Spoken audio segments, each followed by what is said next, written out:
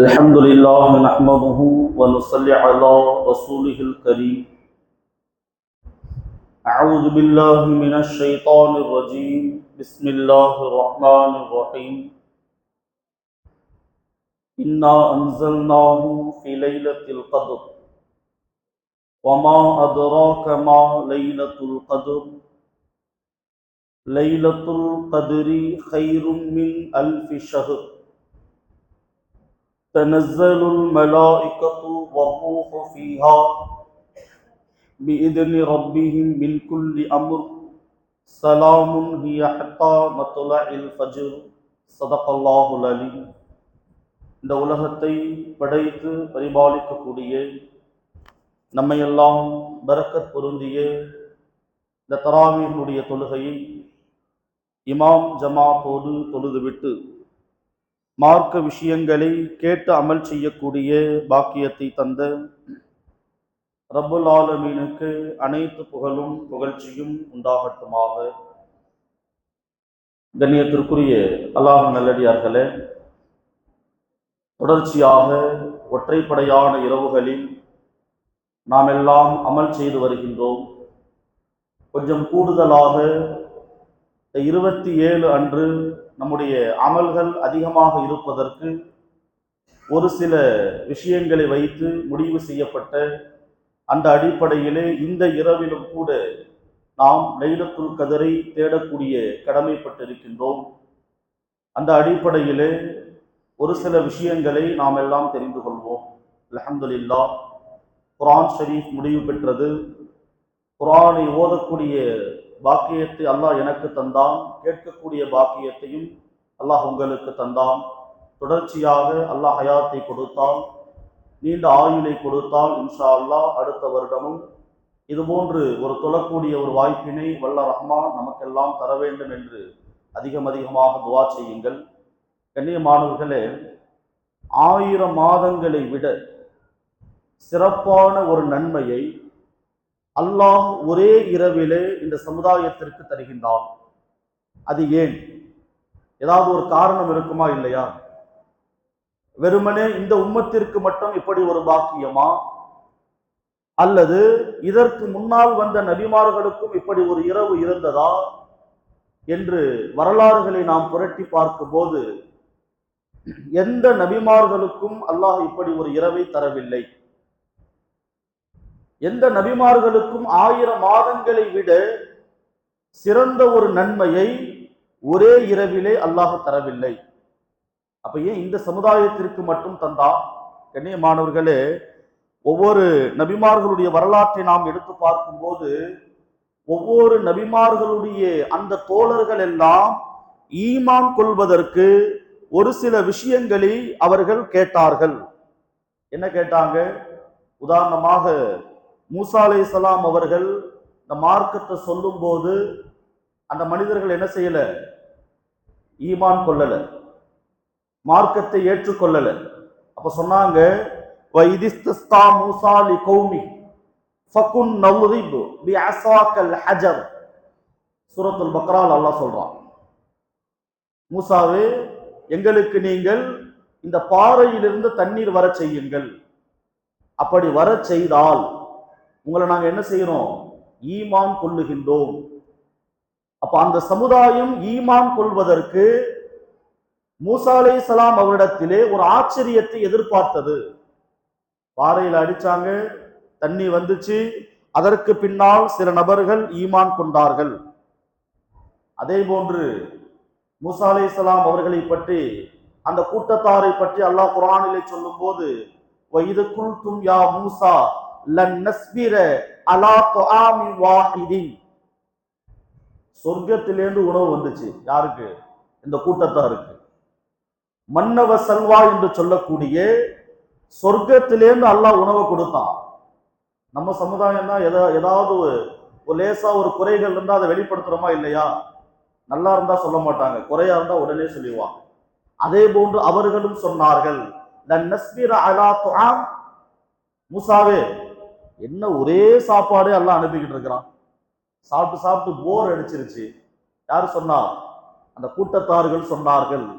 சொர்க்கத்திலேருந்து உணவு வருதுன்னு சந்தோஷப்படல, ஃபதுஉ லனா ரப்பக, அவர்கள் சொன்னார்கள், وَإِذْ قُلْتُمْ يَا مُوسَى لَنَصْبِرَ عَلَى طَعَامٍ فَادْعُ لَنَا رَبَّكَ يُهَيِّئْ لَنَا مِنْ أَمْرِنَا. ஏதாவது பழங்கள், வெங்காயம், பூண்டு இந்த மாதிரி ஒரு சாப்பாடு கொடுத்தா நல்லா இருக்குமே. யார் சொல்றா? மூசா அலைஹிஸ்ஸலாமுடைய கூட்டத்தார்கள் சொன்னார். அப்ப இதையெல்லாம் மூசா அலைஹிஸ்ஸலாம் கொடுத்துதான் என்ன செஞ்சாங்க? அவர்கள் ஈமான் கொண்டார்கள், ஆச்சரியத்தை எதிர்பார்த்தார்கள். ஈமான் கொள்வதற்கு என்ன செஞ்சாங்க? ஏதாவது ஒரு அதிசயம் நடந்தால் ஈமான் கொண்டாங்க. அதே கூட்டத்தார்கள் சூரத்துல் பக்ரால அல்லாஹ் சொல்றானா இல்லையா? ஒரு கொலை நடந்தது, கொலை செய்தவனே யார் செஞ்சான்னு தெரியலன்னு புலம்புனா, ஒரு மாட்டை அறுக்க சொல்லி மாட்டினுடைய சதையை அந்த மனிதனின் மீது போட்டு மனிதன் பேசினான். யார் கொலை செய்தார்? உண்மையை பேச வைத்தான் அல்லாஹ். ஆச்சரியப்பட்டார்கள், ஈமான் கொண்டார்கள். அதே போன்று ஒவ்வொரு நபிமார்களும் அவர்களுடைய அந்த சகாக்கள் ஆச்சரியத்தை வைத்துத்தான் ஈமான் கொண்டார்கள். அல்லாஹ் குர்ஆன்ல சொல்றான், ஃபஅக்ரக்னா ஆல ஃபிரௌன வஅன்தும் தந்துரூன். பனு இஸ்ரவேலர்கள் என்ன செஞ்சாங்க தெரியுமா? 6 லட்சம் பனு இஸ்ரவேலர்கள், 1 2 அல்ல, 6 லட்சம் நபர்கள் ஃபிரௌனுடைய அந்த கூட்டத்தார்களோடு பிரிந்து வந்து கடலை பிளந்து அல்லாஹ் அவர்களை காப்பாற்றினான். இந்த கரையில இருந்து அந்த பக்கம் கொண்டு வந்து விட்டுட்டான். வந்ததுக்கு பின்னால சொன்னாங்களாம், இப்பயும் எங்களுக்கு அல்லாஹ்வை நம்பலாமா என்னன்னு ஒரு யோசனையா இருக்குதுன்னாங்களாம். அல்லாஹ் காப்பாத்திட்டான், கடல்ல மூழ்கடிக்காமல் வெளியிலே கொண்டு வந்து நிறுத்தி விட்டான். அப்பையும் அவர்கள் ஈமான் கொள்ளவில்லை, சந்தேகம் கொண்டார்கள். அப்ப சொன்னாங்களாம், அல்லாஹ்வை கொஞ்சம் நேரா வர சொல்லுங்க, நாங்க நம்புறோம்னு சொன்னாங்க. அல்லாஹ்வை கொஞ்சம் நேரா வந்தா நாங்க நம்புறோம். அல்லாஹ் என்ன சொல்றான்? நான் நேரா வந்துட்டா தான் எல்லாருமே நம்பிடுவாங்களே. வல்லதீன யுமினூன பில் கைப், மறைவானவற்றை நம்புவதுதான் ஈமான். தம்பி பேசாதீங்கப்பா, இது ஒவ்வொரு நாளும் டெய்லி சொல்லிக்கிட்டே இருக்கணும். வல்லதீன யுமினூன பில் கைப். பயான் நடக்கும் உள்ள வந்து உட்காருங்களேன். என்னைக்காவது ஒரு நாள் பயான் கேட்கிறோம், நல்ல விஷயங்கள் பேசப்படுது, அப்பயே நம்ம உட்காந்து வெளியில பேசிக்கிட்டு இருந்தோம்னு வச்சுங்களேன், அந்த இதுக்கப்புறம் நம்ம அடுத்த ரமலானுக்கு தான் உள்ள வருவோம். அதனால நல்ல விஷயங்கள் பேசும்போது கொஞ்சம் கேட்டோம்னு சொன்னா அல்லாஹ் நம்முடைய உள்ளத்தினுடைய ஈமானை அதிகரிப்பான், உள்ளத்தை விசாலமாக்குவான். இதை பயான் செய்வது கேட்பதுமே ஒரு இபாதத் தான். அதனால ஒண்ணு அமைதியா இருங்க, இல்லைன்னா உள்ள வந்து உட்காந்துருங்க. உள்ள வந்தா நன்மை கூட, வெளியில உட்கார்ந்தா நன்மை குறைவு. அதனால நன்மை அதிகமா வேணுங்கிறவங்க உள்ள வந்துருங்க இன்ஷா அல்லாஹ். மூசா அலைஹிஸ்ஸலாம் அவருடைய இந்த நம்பிக்கை, அந்த சஹாக்களுடைய நம்பிக்கை, பார்த்தால் அவர்கள் என்ன செய்யல? ஈமான் கொள்ளவில்லை, பார்த்துதான் ஈமான் கொள்வோம் என்று சொன்னார். கண்ணியமானவர்களே, அடுத்து அல்லாஹ் குர்ஆனிலே சொல்லுகின்றான், ஈசா அலைஹிஸ்ஸலாம் அவர்கள் அவர்களுடைய காலத்தில் உள்ளவர்கள் என்ன செஞ்சாங்க? நீங்க சில ஆச்சரியங்களை வெளிப்படுத்துங்க, இந்த பூமியிலிருந்து தண்ணீரை வர செய்யுங்கள். என்ன செஞ்சாங்க? ஈசா அலைஹிஸ்ஸலாம் அந்த அசாவை தடவினார்கள், தண்ணீர் வந்தது.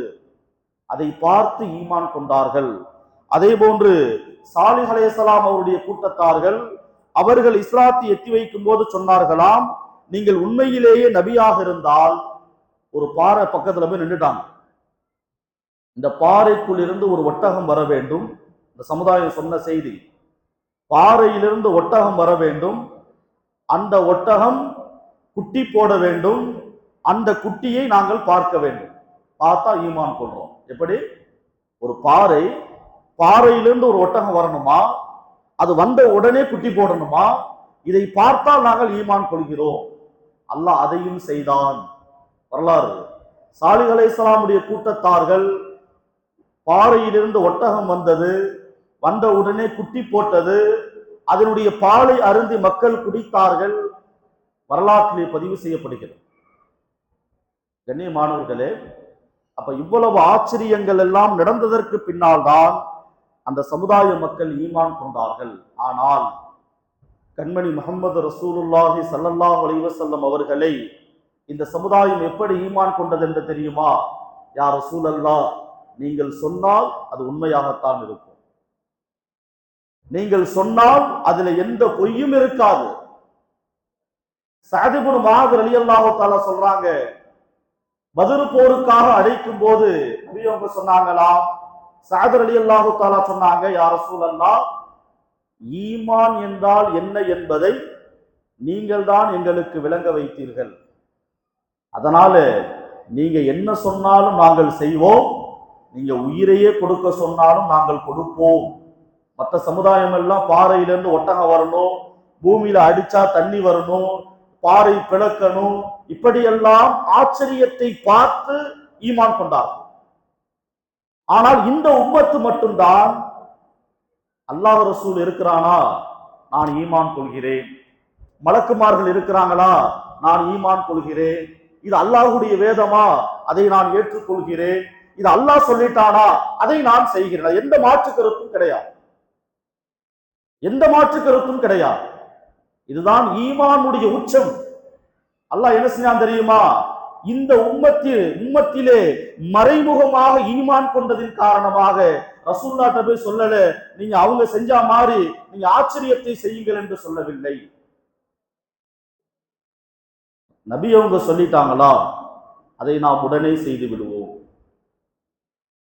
நபி அவர்கள் கட்டளையிட்டு விட்டார்களா அதிலே எந்த மாற்று கருத்துமே கிடையாது என்று கண்மணி முஹம்மது ரசூலுல்லாஹி ஸல்லல்லாஹு அலைஹி வஸல்லம் அவர்களை ஈமான் கொண்டார். மாணவர்களே, இன்னைக்கு நம்முடைய ஈமான்லாம் எந்த அளவுக்கு இருக்குன்னு சொன்னா, நல்ல விஷயங்கள்ல ஈடுபடுறதே கிடையாது, ஈமானை ஈடுபடுத்துவதே கிடையாது. நபி அவங்க ஒரு செய்தியை சொல்லிட்டா சஹாபாக்கள் உடனே செய்வாங்க, நல்ல செய்தியாக இருந்தா. ஆனா நம்மள்ட்ட அந்த பக்குவம் இல்லை. எந்த அளவுக்குன்னு சொன்னா, இன்னைக்கு நாம சாப்பிடுற சாப்பாடு நோன்பு நேரமாக இருந்தாலும் கூட ரொம்ப பலமான உணவுகள். ஆனா சஹாபாக்கள் அப்படி சாப்பிடல, அப்படி நோன்பு வைக்கல. பல சிரமங்கள், பல கஷ்டங்கள். அதிலே அம்மாரா ரலியல்லாஹு தஆலா நாயகத்துல வராங்க, யா ரசூலல்லாஹ், நான் ஈமான் கொண்டிருக்கின்றேன். எங்க அம்மா சுமையா ரலியல்லாஹு தஆலா அன்ஹா அவர்கள் என்னுடைய கண்ணுக்கு முன்னாலேயே கொலை செய்யப்பட்டார்கள். எங்க வாப்பா யாசர் அரஃபாத் ரலியல்லாஹு தஆலா அன்ஹு அவர்கள் கண்ணுக்கு முன்னாலே கொலை செய்யப்பட்டார்கள். ஏதோ சொத்து பிரச்சனையில் அல்ல, ஈமானை விடுங்கள் என்று சொல்லி என்ன சொன்னாங்க தெரியுமா? மௌத்தானாலும் பரவாயில்லை, ஈமானை நாங்கள் விடமாட்டோம். நீ எத்தனை முறை கொலை செய்தாலும், எப்படி கொலை செய்தாலும் ஈமானை அசைத்து பார்க்க முடியாது என்று சொன்னவர்கள் அம்மாரா ரலியல்லாஹு அன்ஹுடைய தாயும் தந்தையும். அவர்களுக்கு பிறந்த பிள்ளைதான் அம்மாரா ரலியல்லாஹு தஆலா நாயகத்துல வராங்க, யா ரசூலல்லாஹ், எங்க அம்மாவை எனக்கு முன்னாடியே கொலை செஞ்சாங்க, என்னால் தாங்க முடியவில்லை. இருந்தாலும் கூட இந்த ஈமானுடைய வெளிப்பாட்டினால் நான் அமைதியாக இருந்து விட்டேன். அல்லாஹ் ரசூல் தான் எனக்கு முக்கியம். எங்க வாப்பாவை கொலை செஞ்சாங்க, எப்படி தெரியுமா? 2 ஒட்டகங்களை கட்டி சரிபாதியாக பிரித்து கொலை செய்தார்கள். உடம்ப 2ஆ பிரிச்சு, யாருக்கு முன்னால? மகனுக்கு முன்னால், பெத்த பிள்ளைக்கு முன்னாலே தகப்பனுடைய உடலை 2ஆக பிரித்து கொலை செய்யப்பட்டது. அந்த நேரத்திலும் கூட நான் அழுகவில்லை, யா ரசூலல்லாஹ், எனக்கு இவர்கள் கடுமையான வேதனை தருகின்றார்கள், சுடும் மணலிலே படுக்க வைத்து என்னை வேதனை செய்யப்படுகின்றது நாயகமே, எனக்கு கடுமையான சூடு தாங்க முடியவில்லை, நாயகமே நீங்கள் துஆ செய்யுங்கள் என்று அழுத நிலையிலேயே நாயகத்திடத்தில் சொல்லும் போது நபி அவர்கள் துஆ செய்தார்கள், யா நாரு கூமி பர்தன் அலா அம்மார், யா நாரு கூமி பர்தன் அலா அம்மார். யா அல்லாஹ், எப்படி இப்ராஹிம் நபி அவர்களுக்கு நெருப்பை நீ குளிர்ச்சியாக்கினாயோ, நெருப்பை குளிரூட்டினாயோ, நெருப்பிலே அவர்களை தூக்கி போடும் போது மலர் மேல் படுக்க வைத்ததை போன்று எப்படி இப்ராஹிம் நபிக்கு நீ மாற்றினாயோ, அதை போன்று இந்த அம்மாராவிற்கும் யாரெல்லாம் வேதனை செய்கின்றார்களோ அப்பொழுது இவர்களுக்கு சுகத்தை தா என்று துஆ செய்தார். அம்மார் ரலியல்லாஹு அன்ஹு ஹதீஸ் அறிவிக்கிறாங்க, அதற்கு பின்னால் எனக்கு வேதனை கொடுக்கும் போதெல்லாம் இரும்பு கம்பியை பழுக்க வைத்து உடலில் சூடு வைத்தாலும் அப்படியே மல்லிகைப்பூ வச்சு தடவுனா மாதிரி இருந்துச்சு. ஹதீஸ்ல சொல்றாங்க. என்ன காரணம் தெரியுமா? ஈமானுடைய உச்சம், ஈமானுடைய வெளிப்பாடு. மறைமுகமாக அல்லாஹ்வையும் ரசூலையும் தூதரையும் என்ன சொன்னார்களோ அதை நம்பினார்கள், ஈமான் கொண்டார்கள். அந்த ஈமானுடைய வெளிப்பாடுதான் அல்லாஹ் என்ன செஞ்சான் தெரியுமா? பல நிஅமத்துகளை நமக்கு கொடுத்தான். குறிப்பாக இந்த லைலத்துல் கத்ர் போன்ற இரவை தந்தான். எதற்கு கூலி? மற்ற சமுதாயம் எல்லாம் சந்தேகம் கொண்டார்கள், இந்த சமுதாயம் மட்டும்தான் சொன்ன உடனே ஈமான் கொண்டது. சொன்ன உடனே ஈமான் கொண்டதனுடைய கூலி என்ன? ஒரே இரவு வணக்கம் லைலத்துல் கத்ர். எவ்வளவு நன்மை? 1000 மாதங்களை விட நன்மை. மூசா அலைஹிஸ்ஸலாமுடைய காலத்துல ஒரு அம்மா அழுதுகிட்டு இருந்தாங்களாம். மகன் மௌத்தாயிட்டாரு, மகனாரு மௌத்தாயிட்டாரு, அழுதுகிட்டு நிற்கிறாங்க. அங்கேருந்து ஒரு ஆள் வந்து கேட்டுச்சான், உங்க மகனுக்கு எத்தனை வயசு? என் மகனுக்கு 500 வயசு தாமா, சிறு வயசுலயே மூத்தா போயிட்டா. எத்தனை வயசு? 500 வயசு தான், சிறு வயசுலயே மூத்தா போயிடுச்சு என் புள்ள, அதனால நான் அழுதுகிட்டு இருக்கிறேன்னு சொன்னாங்க. அப்ப அவரு சொன்னாரா, உம்மத்தே முஹம்மதியான ஒரு கூட்டம் வரும், யாரு நம்மள, அந்த கூட்டத்திற்கு 60 வயசு தான், ரொம்ப குறைந்த ஆண்டு தான். சொன்ன உடனே அந்த அம்மா சொன்னிச்சான், 60 ஆண்டுன்னு சொன்னா ஒரு மரத்துக்கு கீழே உட்கார்ந்து துவா செஞ்சே என் வாழ்க்கையை நான் கழிச்சிருப்பேனே. அப்ப இந்த சமுதாயத்திற்கு ஆயுள் குறைவு, மற்ற சமுதாயத்திற்கு ஆயுள் அதிகம். ஆனால் ஆயுள் குறைந்தாலும் கூட சில இரவுகளை அல்லாஹ் வைத்திருக்கிறான். இப்ப நமக்கு ஒரு 45 வயசு இருக்குன்னு வச்சுங்க, 45 லைலத்துல் கத்ர் அடைஞ்சிட்டோம்னு சொன்னா 1000 வருடங்கள் செய்த நன்மை, 1000 வருடங்கள் செய்த நன்மை அல்லாஹ் தரான். 1000 மாதம்னா 83 வருஷம். ஒரு லைலத்துல் கத்ர் கிடைச்சா 83 வருஷம் அமல் செய்த கூலி. அப்ப 40 வருடம் 50 வருடங்கள் துனியாவை வாழ்ந்து கொண்டிருக்கின்றோம். அத்தனை வருடத்திலும் லைலத்துல் கத்ரை அடைந்து விட்டால் அல்லாஹ் நமக்கு எத்தனை நன்மைகளை தருகின்றான், எத்தனை கூலியை தருகின்றான். கண்ணியமானவர்களே, அதனால நாம் என்ன செய்யணும்? இந்த இது போன்ற நல்ல அமல்கள் செய்யக்கூடிய அந்த நாட்களை நாம் எல்லாம் பயன்படுத்தி கொள்ள வேண்டும். குறிப்பாக நம்முடைய பிள்ளைகளுக்கு இந்த குர்ஆன் ஷரீஃபை கற்றுக் கொடுப்பதற்கு முயற்சி செய்ய வேண்டும். அல்ஹம்துலில்லாஹ், இன்னைக்கு நம்ம ஊருடைய ஒரு பிள்ளை, ரொம்ப சின்ன பிள்ளை, அழகான முறையில ஒரு 6 ரக்காயத் தொழுவ வச்சார். ரொம்ப அற்புதமான ஒரு குரல். யாரையும் பெருமைப்படுத்தி பேசக்கூடிய அவசியம் இல்லை, என் மனசுல பட்டதை சொல்றேன். இந்த ஊரிலே இந்த மாணவருடைய பரக்கத்தை கொண்டு அல்லாஹ் கண்டிப்பா பரக்கத் செய்வான். ஏன் தெரியுமா? வரக்கூடிய காலங்களிலே குர்ஆனை மனனம் செய்த ஹாஃபில் இருக்க மாட்டாங்க. ஏன் தெரியுமா? எல்லாம் உலகத்தினுடைய மோகம் வந்துருச்சு. செல்போன், டிவி, இந்த நம்ம பிள்ளைகள்லாம் இருக்கிறாங்க. ஒரு வீட்டுல 2-3 ஆம்பளை பிள்ளை இருந்தா நம்ம தாய்மார் என்ன செய்வாங்க தெரியுமா? எல்லாரையுமே படிக்க வைப்பாங்க, ஒரு ஆளை கூட உதவ வைக்க மாட்டாங்க. ஒரு பெரிய ஆச்சரியமான செய்தி, இந்த பிள்ளைய ஹாஃபில் ஆக்கி இருக்கிறாங்க. அது பேர் கூட எனக்கு சரியா தெரியல. இந்த பிள்ளைய ஹாஃபில் ஆக்கி இருக்கிறாங்க, தியாகம் செய்திருக்கிறாங்க. இன்னைக்கு பிள்ளைங்கள்ட்ட, தாய்மார்கள்ட்ட கேட்டா, உங்க பிள்ளைங்களை ஓத வைங்கன்னு, எப்படி அசரத்து என் பிள்ளைய நான் பிரிஞ்சிருக்கிறது, எப்படி நான் பிரிய முடியும்? கஷ்டப்பட்டு நான் பெற்று வளர்த்தேனே. அந்த தாய்மார்களுக்கு ஒரு செய்தியை நான் சொல்லுகின்றேன். உங்க பிள்ளைக்கு நீங்கள் மார்க்க கல்வியை கொடுத்து விட்டால், உங்கள் பிள்ளையை நீங்கள் ஹாஃபில் ஆகிவிட்டால், அவன் உங்களை சொர்க்கத்திற்கு அழைத்து செல்வான். உங்களை மட்டுமல்ல, உங்களை சார்ந்த பல குடும்பங்களை அந்த ஹாஃபில் என்ன செய்வார் தெரியுமா? யா அல்லாஹ், இவங்க எல்லாம் என் குடும்பம், எங்க சின்னத்தா, என் பெரியத்தா, எங்க பெரியம்மா, எல்லாரையும் சொர்க்கத்துக்கு அனுப்பு, உரிமையோடு கேட்பார். அப்படிப்பட்ட ஒரு பாக்கியம். நான் துஆ செய்கின்றேன், நமது ஊரிலே யார் யாருக்கெல்லாம் ஒன்றுக்கு மேற்பட்ட ஆண் பிள்ளை இருக்கிறாங்களோ கண்டிப்பா நீங்க ஒரு ஹாஃபிலாக ஆக்குங்கள். இன்ஷா அல்லாஹ்.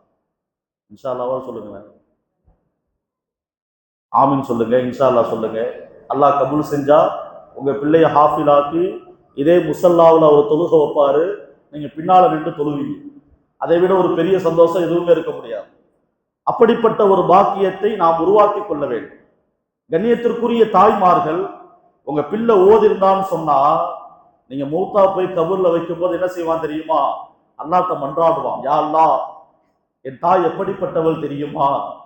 என்னை ஓத வைத்தால், எனக்கு அல்லாஹ் என்றால் யார் என்பதை சொல்லிக் கொடுத்தால், எனக்கு குர்ஆன் ஷரீஃபை கற்றுக் கொடுத்தால், என்னுடைய தாய்க்கு நரக வேதனை நீ தந்து விடாதே ரப்பே என்று ஒரு ஹாஃபில் துவா செய்வார். ஒரு மார்க்கம் தெரிந்த பிள்ளை துவா செய்யும். அப்படி இல்லைன்னா என்ன செய்வான் தெரியுமா? அம்மா மூத்தா போயிடுச்சுன்னு சொல்லிட்டு நேரா போய் குடிச்சிட்டு வந்துடுவான். ஏண்டா குடிச்ச அப்படின்னு கேட்டா, கவலையில லேசா குடிச்சிட்டேன், துக்கத்தை மறப்பதற்காக மது அருந்து விட்டேன் சொல்றாங்களா இல்லையா? எத்தனையோ வீட்டுல பாக்குறோம்.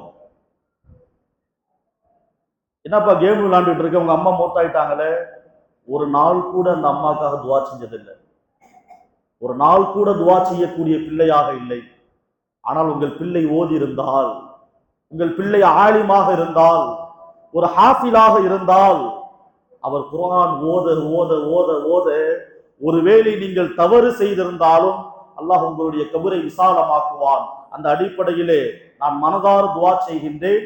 இந்த தொலை வைத்த அந்த ஹாஃபிலுக்கு அல்லாஹ் மனநிறைவான வாழ்க்கையையும், இந்த சமுதாயத்திற்கான பெரிய தியாகம் செய்யக்கூடிய, இந்த சமுதாயத்தை வழிநடத்தக்கூடிய பாக்கியத்தை அல்லாஹ் தருவானாக.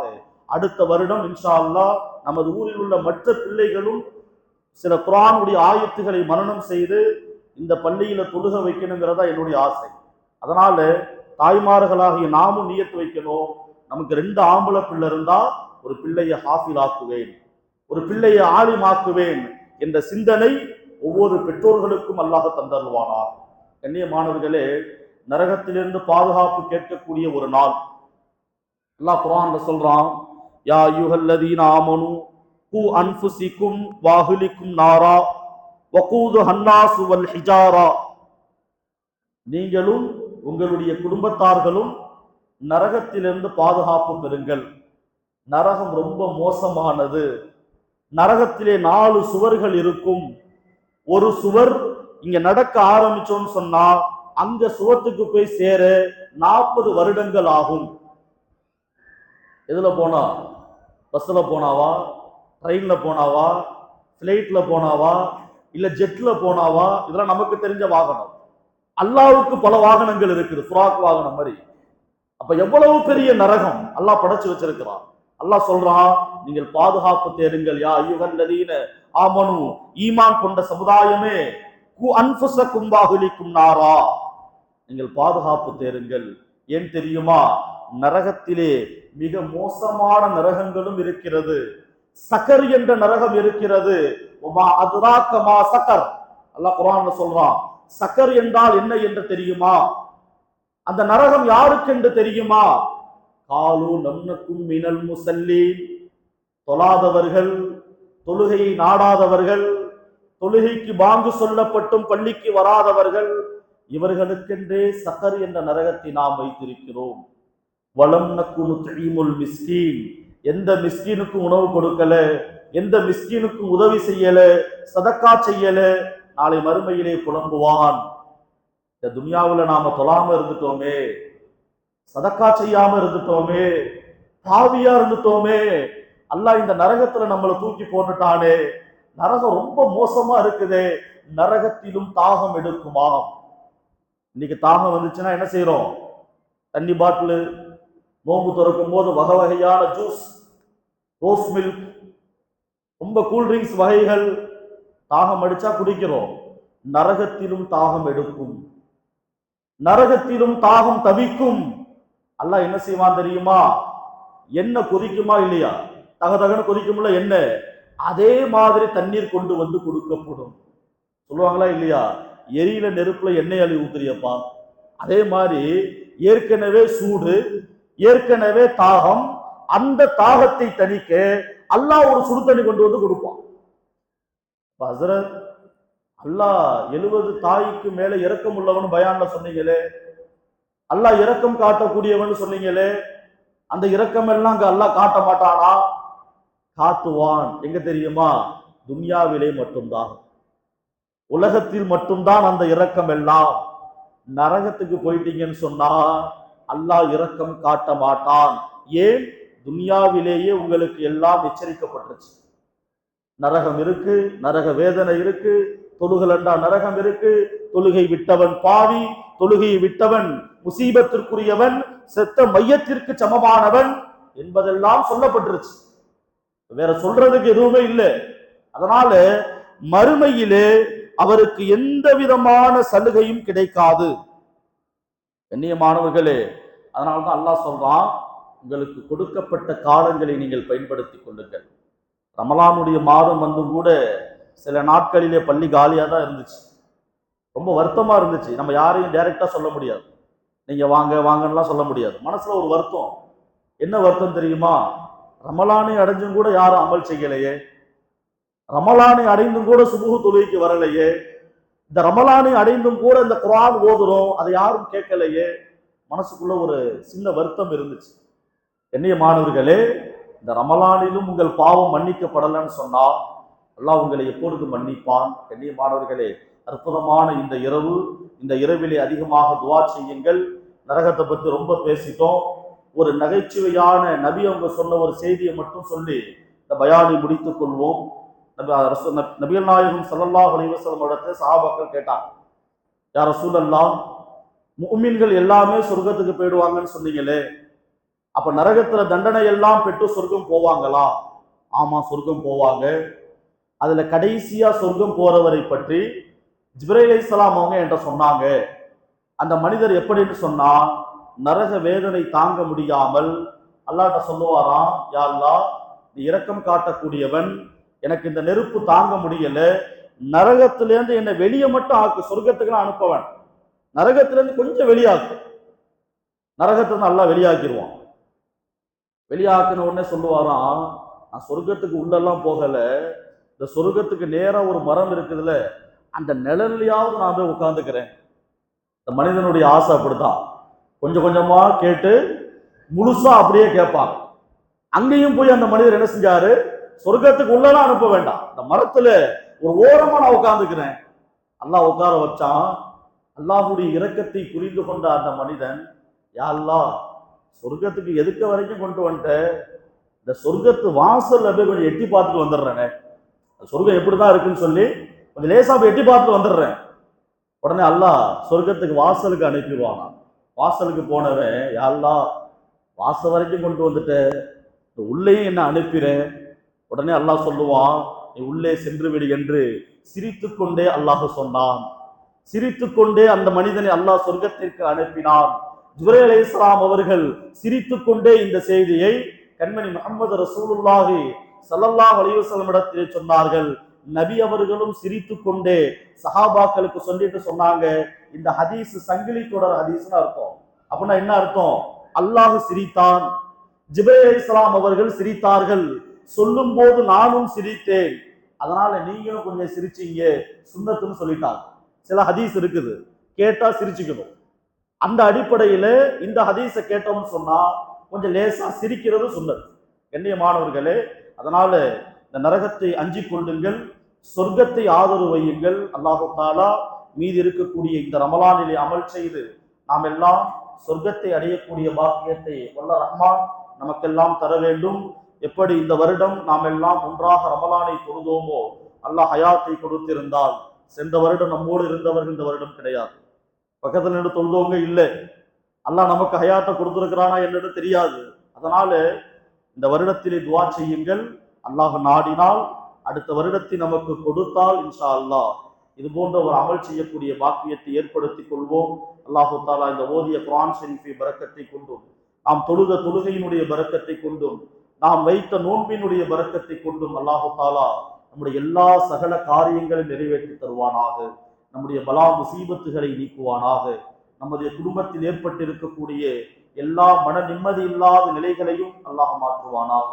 குறிப்பாக நோயின் மூலமாகவும் மருத்துவமனை தேவையையும் அல்லாஹ் நமக்கு நாடாமல் இருப்பானாக. அப்படி ஒருவேளை நோயை கொடுத்திருந்தால் வல்ல ரஹ்மான் நம்முடைய அமலை கொண்டும் அவனுடைய இரக்கத்தை கொண்டும் அந்த நோய்களை எல்லாம் அல்லாஹ் ஷிஃபாவாக்கி தருவானாக.